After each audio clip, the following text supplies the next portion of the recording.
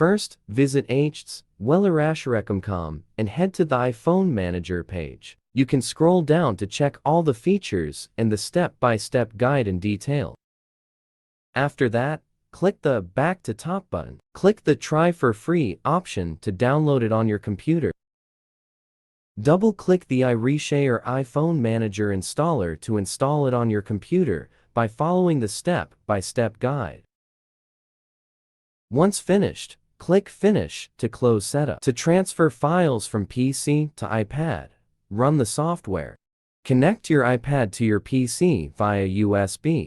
The software will quickly recognize your iPad. Tap Trust on your iPad, then click Continue to go on. Files on your iPad will be scanned out and displayed on the interface. To transfer files from your PC to your iPad, click Books as an example. Click Import, choose the files you want, and click Open to transfer them to your iPad. Once finished, you can check the transferred files to your iPad on the interface.